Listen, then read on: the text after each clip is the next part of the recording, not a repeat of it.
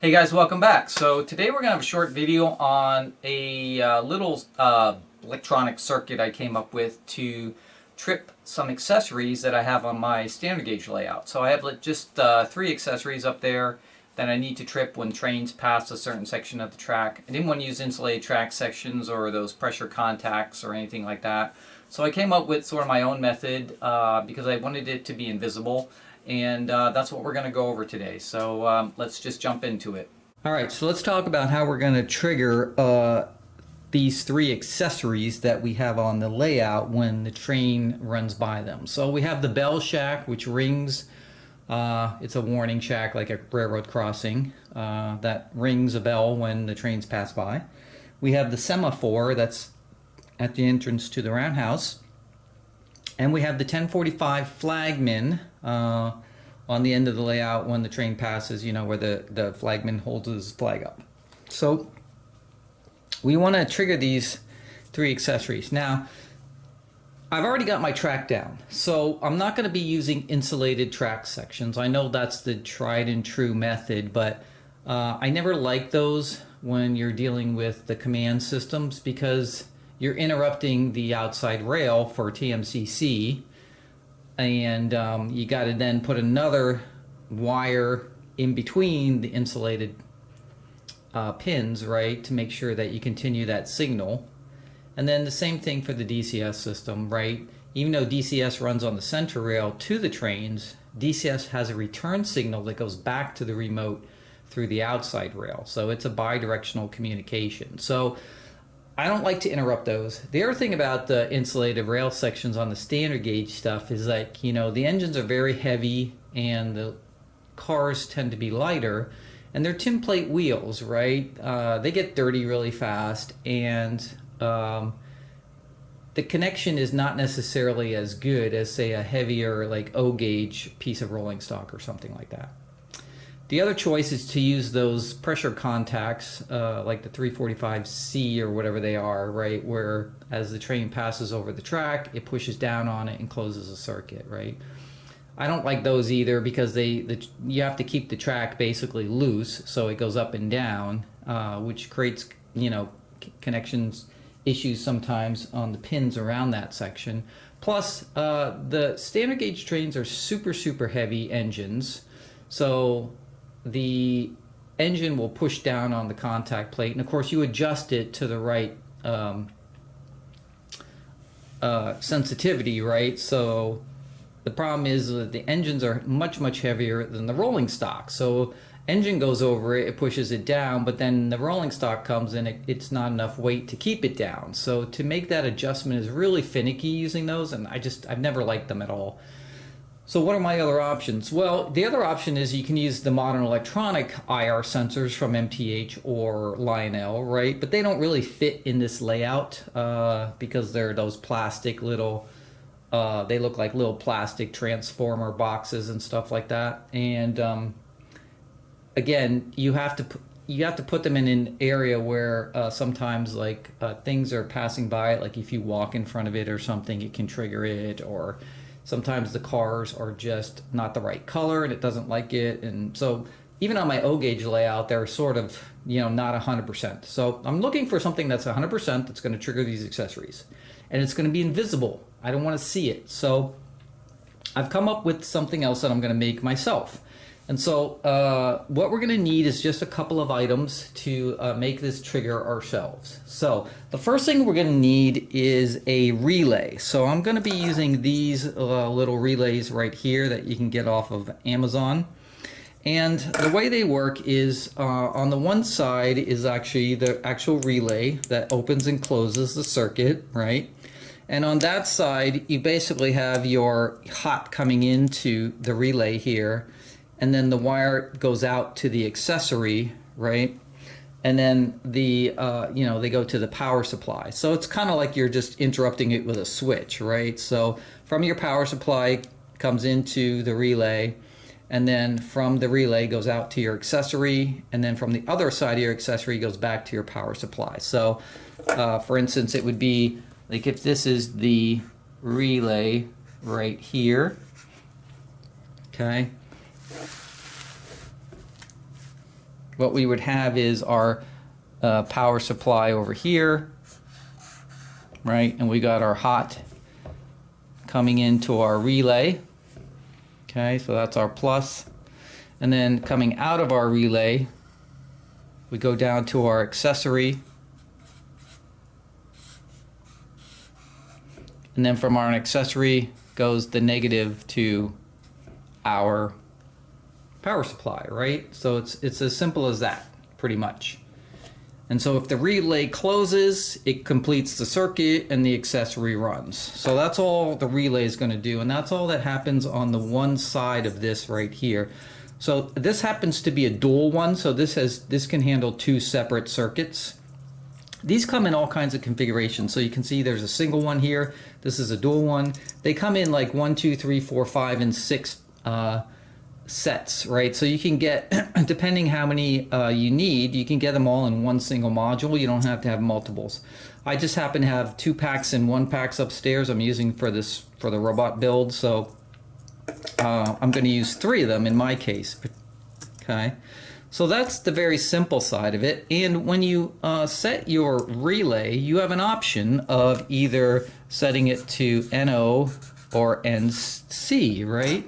So NO is normally open and NC is normally closed. So when you pick your terminals, you can't see it in the video, but they're all marked here on the edge of the relay. And you pick which one you want the default status to be, so that especially if you're using block signals or something like that, and you want it to be a certain way, you can decide whether the relay should be by default open or by default closed. And in my particular case, it's going to be default open because I don't want to trigger it until the train goes by, right? But all you do is you decide by putting it on the appropriate terminal, and they're all marked here, right? It's NC or NO. And because there's 2 of them here, it's NC1 and NC2, and then NO1, NO2. And you pick the appropriate terminal on the relay, and that's all you do. So that's this half of the relay that's just powering the device.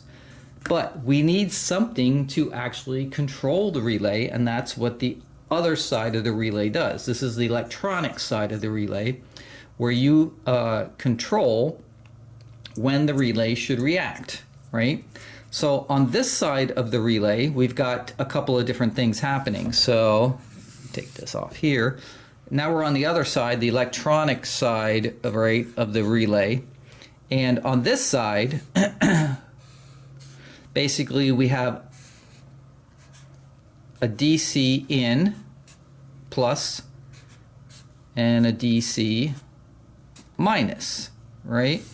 So we have to power the electronic side of the relay here. So these are DC powered, and you just need, in this case, 12 volts is fine, right? And that will actually power the electronics. It doesn't power the relay. The relay is being powered by the power coming in on the relay side. This is just powering the electronics that actually do the trigger for the relays.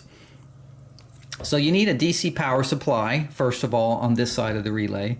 And then on this side of the relay, you need one more thing, which is the trigger, right? You need a signal coming into the relay, basically, so that tells it when to actually trigger the relay up here. So this is just powering the electronics on this side, and that's a static 12 volt DC coming into that side of the relay. But you need a signal coming into here to say, okay, go ahead and trip it. And then when you send that signal, it goes over and actually opens or closes your relay depending which side you have this set to. And it's as simple as that. So what we need is a trigger. And that's the piece that we're going to use something that I found that is not meant for this, but it'll actually work. So let me go grab that piece. All right, so what I'm going to use are these little IR sensors here, and you can see these are actually made by Evans Design. So if you're familiar with that website, pretty popular on the model railroading hobby here. Evans makes all kinds of LED lighting, things like the little flickering LEDs for like welders and trash cans, little fires for trash cans and, you know, stuff like that. He makes all kinds of stuff, a lot of LED stuff. And so he makes these little triggers right here, these little IR sensors that are this part right here, to trigger LED lights. So you can see he has them labeled here to power. So this needs power obviously coming in it if it was going to trigger an LED light. And then he's got the tag here that goes to the light. So you have basically 2 feeds coming in, 2 feeds coming out of these little sensors.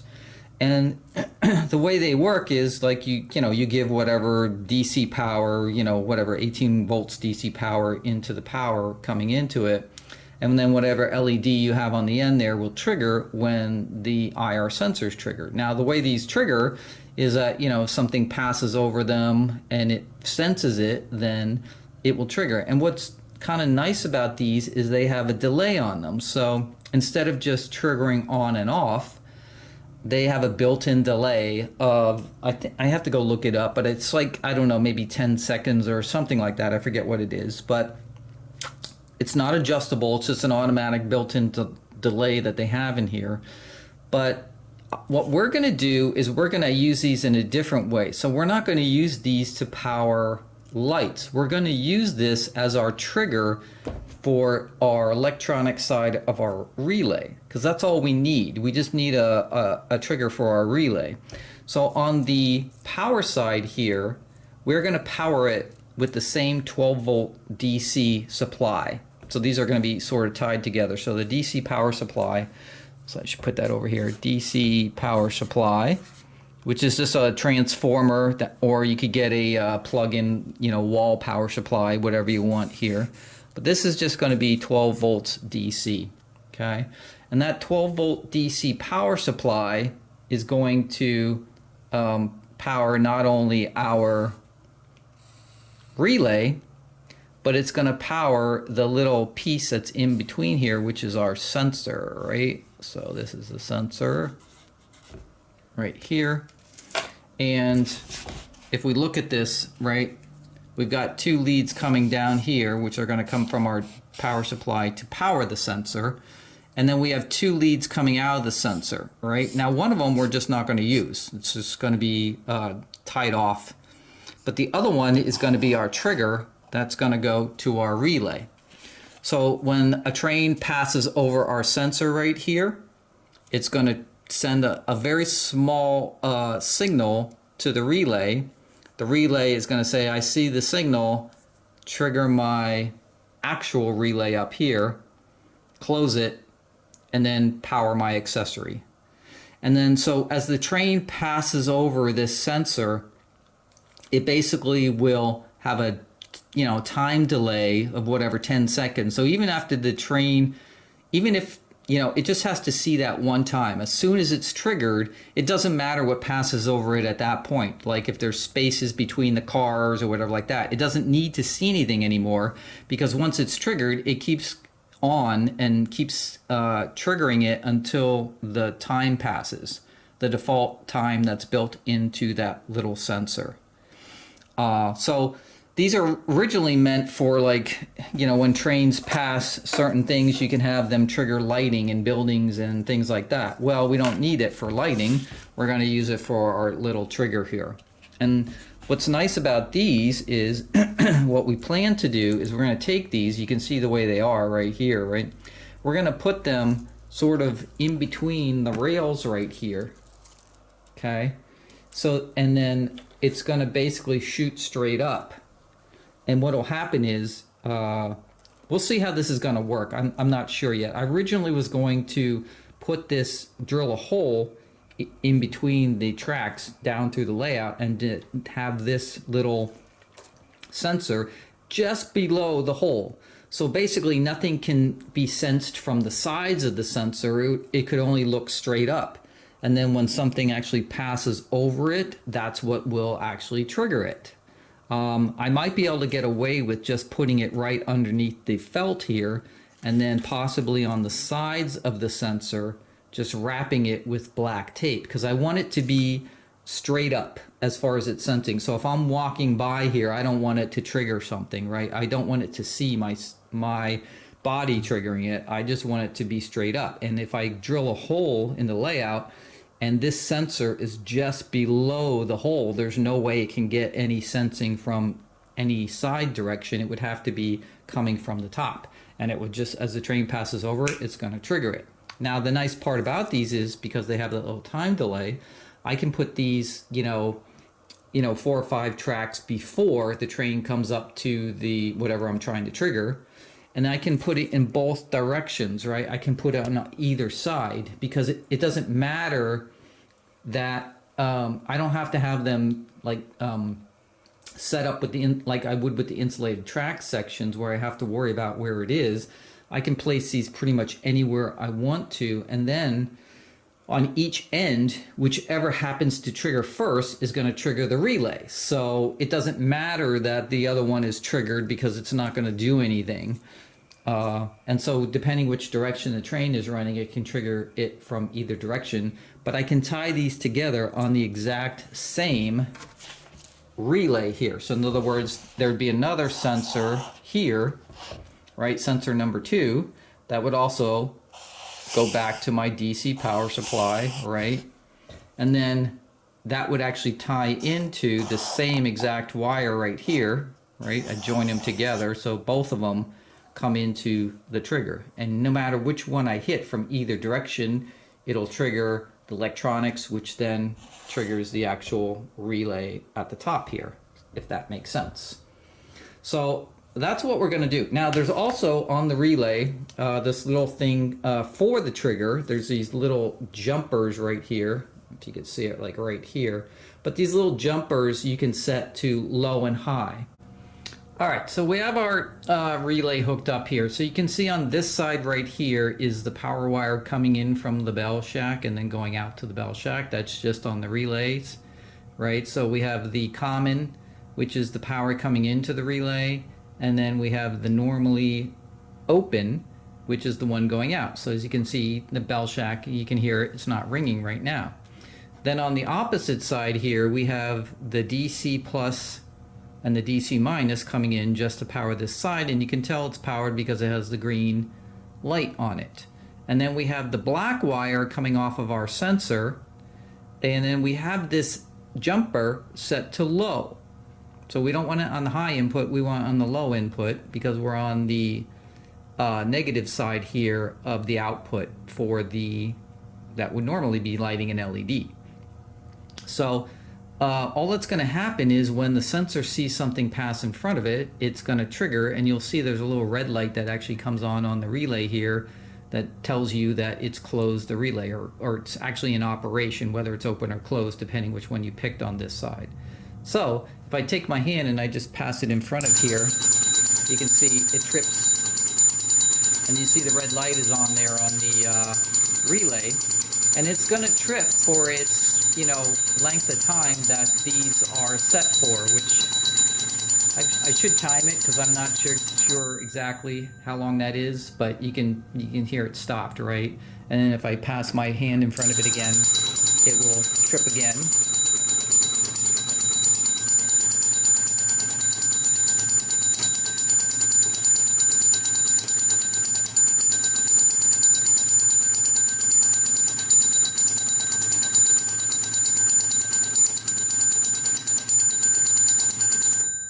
Okay, so I think it's about, I'm not sure, let's time it, I'll just count real quick.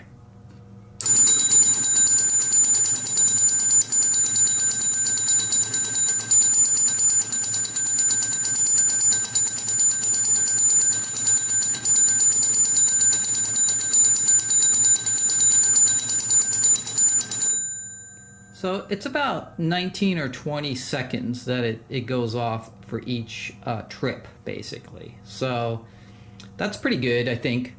I mean,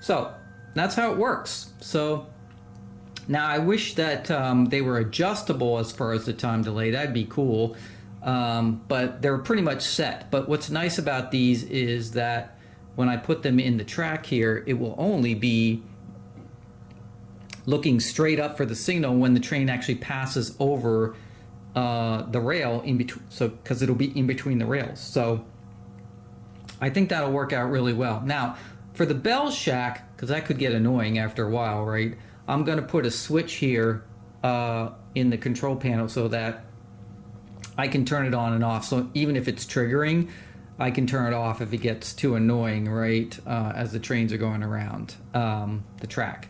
So, because that one's a little loud. But as far as like the flagman or the semaphore that's over on the roundhouse as you're entering the roundhouse and those types of things, those I can just leave on, right? And they'll always just trigger and they'll have their 30 seconds and then they'll stop and they're not a big deal. So, and you know, this is just I'm using this up on the standard gauge layout, but of course, you know, you could do this on the O gauge layout downstairs too, anything that I want to have happen like that. And this is actually a much better solution, I think, than the IR sensors and everything like that, because this always, you know, no matter what, this always trips. So it's 100% solid, and it's never sort of a hit or miss depending on the size of the rolling stock or the train going by it or anything like that, because this is going to be pointing straight up through the rails, and so as soon as the train passes over it, it's going to click off and then it'll do its little thing. So yeah, so all we got to do now is just put in our sensors where we want them on the track. And I think what I'll do, just to make it easier, I originally, let me turn this off here. Originally I was going to drill a hole in the layout between the rails, right, and just have this sticking up just below the rails, right? But I think what I could do is, especially since this is going to be more on the kind of the back here of the layout and stuff like that, I'll wrap black tape around the sides of the sensor here so it can only pretty much point up. And I should be able to take this sensor, one of these, let me show you here. If we go over to the rails right here, zoom in a little bit. I should be able to like put it like sort of right like that, and put it like, just make a hole in the felt, right, and just have this sticking up from the felt only. I'll wrap the sides of it so you actually have to pass over it in order for it to trip it. So it wouldn't, if I'm walking by it, it shouldn't see it. Plus these are going to be sort of on the back side where they're going to be triggering and stuff like that. So I think that'll work out, and then I don't have to worry about it, because I forgot that these little sensors here have all this, like there's a little circuit and stuff on the back and the side here. So trying to jam these in a hole is going to be a problem, right? All right, just for demonstration purposes, I forgot one thing. So I wrapped the little sensors around with some black cloth tape. I'll make it neater later, but I basically wrapped the sides so only the tops are exposed on it. And I have two of them hooked up. So if you figure that one of them will be at one point in the track before it gets to the shack, and the other one will be in the opposite direction at some other point on the track, right? So you have two points on the track depending which direction the train is coming to trip it, right, before it gets to the shack. So if I hit the first one here, it's triggering that shack, right?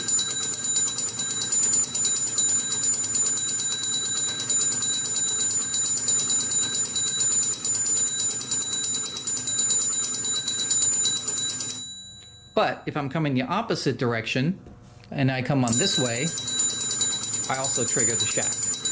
All right, so I installed my little relay system here, and I have this little 1045 flagman figure right here. I'm not finished with him yet. I'm restoring it a little bit. It was all broken and rusty, so I repainted the base and the pole here. I'm in the middle of painting his uniform and stuff, so I still have the hat and a bunch of stuff to do. But just to get them to make sure it worked, I hooked them up. And I have a sensor that is over here just underneath the track right here as it comes around. So I'm gonna just show you what happens here. So I'm just gonna basically wave my hand over this sensor, and you can see it trips the flagman to raise his arm, right? And it'll hold it there for, you know, that small time period that the sensor holds it up there, 19 seconds or, you know, whatever it is as the train is going by. So by the time the train goes by, you know, with its last car, then the flag would drop. So timing will probably be pretty good on this one. So again, if I hold my hand over here and then it just trips it. But if I walk by the platform or everything, it won't trip it because I'm actually standing right over by it on this side, and it won't trip it because it's pretty much pointing straight up in the air as far as the sensor goes.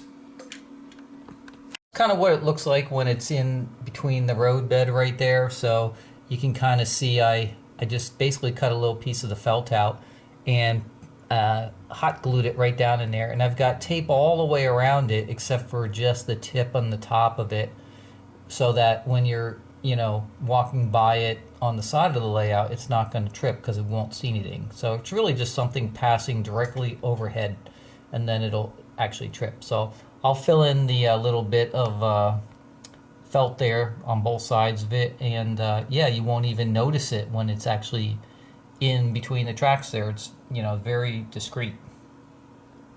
The other side, we have a sensor that we just put in here right after this switch when it comes off this siding here, which, you know, comes around here, and that's where the bell shack is, right? So when the trains pass over that, then it'll ring the bell shack. So if I take this car right here, right, and tripped it, and now it's ringing the bell shack, right?